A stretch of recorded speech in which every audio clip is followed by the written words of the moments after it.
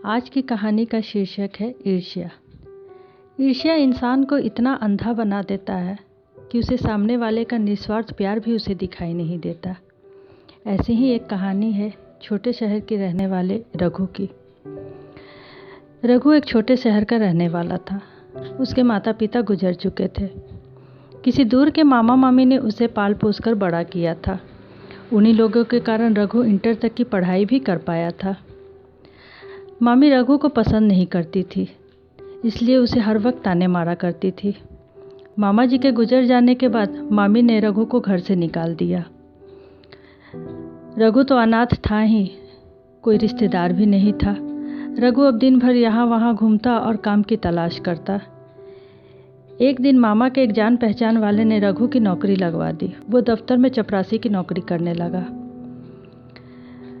रोजाना की तरह उस दिन भी रघु नौकरी पर जा रहा था कि अचानक सामने से एक स्कूटर ने आकर उसे टक्कर मारी और रघु का पैर टूट गया। वहीं के आसपास के लोगों ने रघु को सरकारी अस्पताल में भर्ती करवाया। रघु दर्द से कराह रहा था। डॉक्टर ने प्लास्टर किया और इंजेक्शन दिया और कुछ दवाइयाँ देने के बाद रघु को नींद आ गई। रघु काफ़ी देर तक सोता रहा। रघु का कोई नहीं था, इसलिए उसे अस्पताल में भी कोई मिलने नहीं आता था। रघु को जनरल वार्ड में शिफ्ट किया गया था। अधिकतर बेड खाली थे, गिने चुने लोग ही उस वार्ड में थे। रघु के बगल वाले बेड में मोहन था। वो पिछले 1 महीने से अस्पताल में भर्ती था।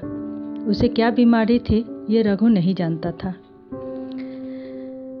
बाकी मरीजों को उसके परिवार वाले मिलने तो आते थे, तब रघु उदास हो जाता था। ये चीज़ें मोहन कई दिनों से देख रहा था। तब उसने रघु से बात करनी शुरू कर दी। रघु भी चिढ़ कर उसकी बातों का जवाब देता। धीरे धीरे रघु और मोहन में बातचीत शुरू हुई और दोनों में दोस्ती हो गई। मोहन भी अनाथ था। उसकी एक बड़ी बहन थी, वो भी सौतेली, जो मोहन से कभी मिलने नहीं आती थी। मोहन कभी ठीक रहता, कभी उसकी तबीयत बहुत बिगड़ जाती थी। मोहन के बेड के सिराने एक खिड़की थी जो बाहर की तरफ खुलती थी। रघु ने मोहन से पूछा, उस खिड़की से क्या दिखाई देता है? मोहन थोड़ी देर चुप होकर बोला, खिड़की से एक पार्क दिखता है। यहाँ रोज़ बच्चे खेलने आते हैं, लोग शाम को टहलने आते हैं। मोहन रोज़ पार्क का आंखों देखा हाल रघु को सुनाने लगा। रघु भी रोज़ पार्क की बातों को सुनकर उसे बड़ा मज़ा आता और वो भी खिड़की के बाहर देखने के लिए उसका मन ललच जाता। लेकिन रघु तो बिना मदद के बेड से उठ भी नहीं सकता था। रघु को अब मोहन से ईर्ष्या होने लगी थी,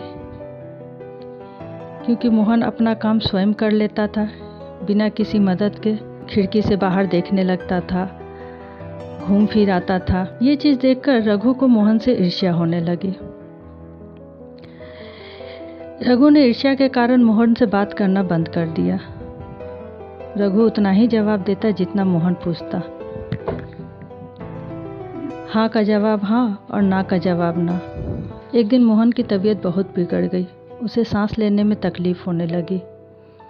वो पूरा पसीना पसीना हो गया। वो बेचैन होकर हाथ पांव मोड़ने लगा। डॉक्टर और नर्स के कोशिशों के बावजूद भी मोहन को बचा नहीं पाया। रघु को दुख तो हुआ, मगर उतना नहीं। मोहन के मर जाने के बाद रघु ने नर्स से कहा, नर्स, मोहन का बेड मुझे मिल सकता है क्या? नर्स ने कहा, मैं डॉक्टर से पूछ के बताती हूँ। अगले दिन नर्स ने रघु को मोहन के बेड पर शिफ्ट कर दिया। जब नर्स जाने लगी तब रघु ने कहा, नर्स, क्या आप वो खिड़की खोल सकती हैं? पहले तो नर्स ने मना किया, फिर रघु के कहने पर उसने खिड़की खोल दी। खिड़की के बाहर देखते ही रघु के होश उड़ गए। खिड़की के बाहर कोई पार्क नहीं था। वहाँ थी तो एक शैवाल लगी हुई लंबी सी दीवार। रघु को ये समझते बिल्कुल देर न लगी कि मोहन उसका मन बहलाने के लिए और उसका चिड़चिड़ापन दूर करने के लिए उसे रोज पार्क की कहानियाँ सुनाता था। लेकिन तब तक तो बहुत देर हो चुकी थी। रघु अपनी ईर्ष्या से मोहन को मार चुका था। रघु के पास पछतावे के अलावा और कुछ न बचा था।